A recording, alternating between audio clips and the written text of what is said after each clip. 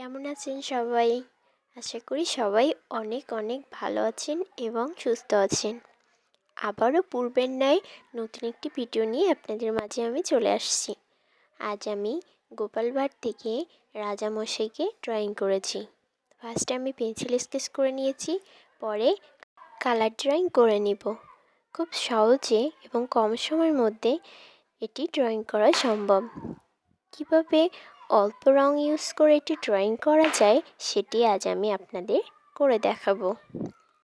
চিত্রটি কমপ্লিট করার জন্য আমি যে উপকরণ ইউজ করেছি সেগুলো হলো 2B পেন্সিল এবং কালার ড্রয়িং করার জন্য আমি অ্যাক্রিলিক কালার ইউজ করেছি।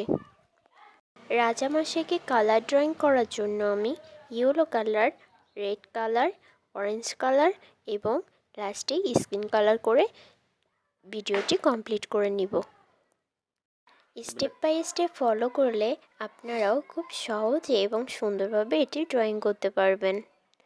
ভিডিওটি ভালো লাগলে অবশ্যই চ্যানেলটিকে সাবস্ক্রাইব করে দেবেন এবং লাইক কমেন্ট শেয়ার করতে ভুলবেন না, এবং কেমন ভিডিও আপনারা পছন্দ করেন সেটা অবশ্যই কমেন্ট করে জানাবেন, এবং আমার ভিডিওটি কেমন হলো সেটাও জানাতে ভুলবেন না।